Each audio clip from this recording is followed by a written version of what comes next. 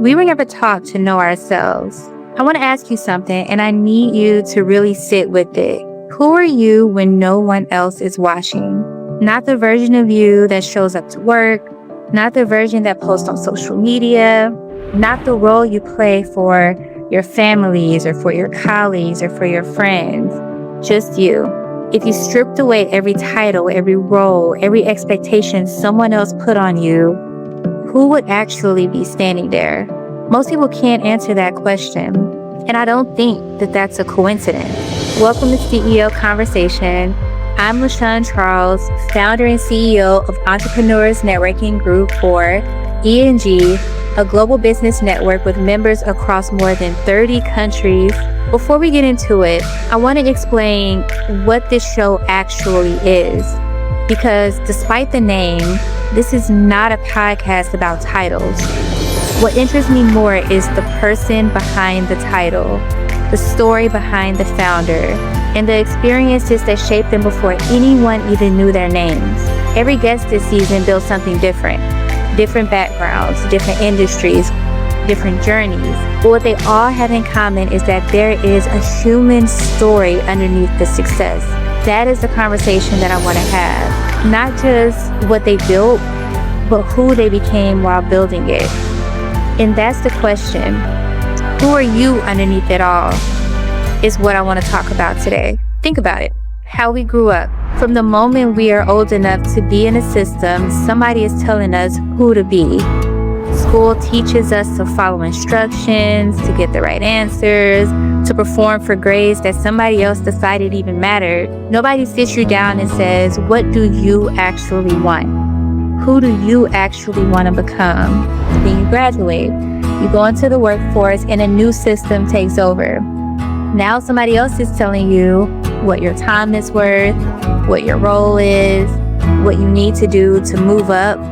And a lot of people spend decades doing this, building a life that looks successful from the outside, yet feeling empty on the inside without being able to explain why.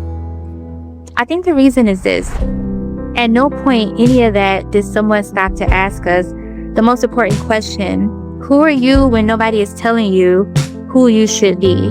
And I lived this, right? I joined the military when I was young, and the military is one of the most effective identity shaping systems ever created. You wear the same uniform, you follow the same code, you know exactly who you are supposed to be at every single moment. And I thrived in that. But what nobody prepares you for is what happens when you leave.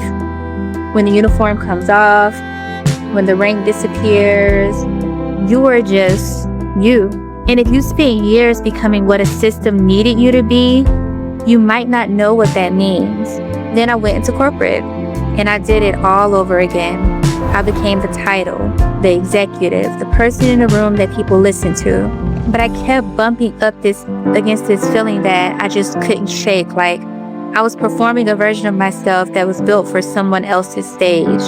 And I've traveled the world. I've been in rooms in different countries with people from completely different backgrounds. And you know what I kept seeing everywhere that was the same? People who were really good at being what their environment asked them to be, and quietly unsure of who they were outside of it all. ENG was not born out of a business plan. It was born out of a gap that I saw. People needed a real place to connect, not to perform, not to pitch, just to be real with each other, be real with people who are figuring it out too. I built it while stationed in Guam, starting as a Facebook group with no investors, no roadmap, because I finally stopped waiting for a system to tell me who I was supposed to be, and I started building from who I actually was, a connector. And here's what I actually believe. A lot of the burnout, the career pivots, the founders who build businesses that make money but also make them miserable, a lot of that traces back to one thing. We were handed an identity before we were old enough to choose one. And most of us never stopped to question it. We were trained to want what the system rewarded. And then social media came along and added an audience of strangers to perform for on top of everything else. The most important work any of us can do, founder or not, is to figure out who we actually are underneath everything the world put on top of us. Because when you know that, everything else gets clearer. Your decisions, your relationships, your definition of success. You stop chasing things that were never really yours to begin with. This season, every single person that I sat down with had hit a moment where the version of themselves the world handed them stopped being enough. And they had to figure out what was underneath it all. That is what these conversations are really about. Not just businesses, not just success, but who is doing the building and why. Maybe the reason so many of us feel lost is not because we have not found the right path. It's because no one ever helped us figure out who was supposed to be walking it. I'm LaShawn Charles.